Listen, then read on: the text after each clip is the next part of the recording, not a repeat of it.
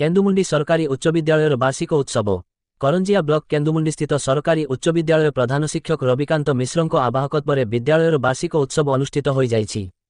Mayurbhanj zone अवसरप्राप्त CI Chandrabhanu महापात्रଙ୍କ सभापतित्वरे अनुष्ठित सभारे मुख्य अतिथि भावे एडीडब्ल्यू आलोक माझी, मुख्य वक्ता भावे साहित्यिक मित्र भानु तंती, सम्मानित अतिथि भावे ब्लॉक मंगल संप्रसारण अधिकारिणी देवदर्शिनी प्रीतिरेखा, पाटबिल सरपंच सौदामिनी नायक, विद्यालय परिचालना समिति सभापति भोलानाथ नायक, वरिष्ठ सांबादिक उमाशंकर दास, पूर्वतन समिति सभ्य कैलाश चंद्र नायक, प्रधान शिक्षक रविकांत मिश्र प्रमुख जोगदेई जगन्नाथ अंकठारे प्रदीप प्रज्वलन करी कार्यक्रम को शुभारंभ करथिले।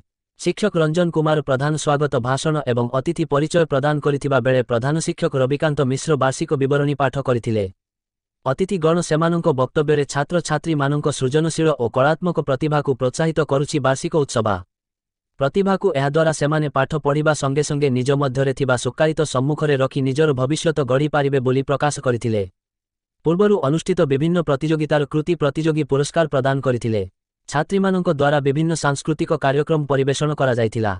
शिक्षक मित्र भानु पात्र, संजय कुमार सेठी, हरिहर मुर्मू, विजय कुमार, शिक्षयित्री तृप्ति बेहेरा, सुदेष्टा नायक तत्वावधान समस्त शिक्षक शिक्षयित्री एवं कर्मचारी सुधीर कुमार बेहेरा, अंकसह नायक, मिनी केमु, सस्मिता नायक, मोनालिसा नायक, मामा टुडू, सुनेली नायक प्रमुखंक सह अन्यमाने परिचालनारे सहयोग करथिले।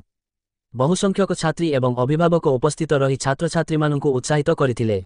मयूरभंज जिला करंजियारू बी दिव्येन्दु शेखरंक रिपोर्ट।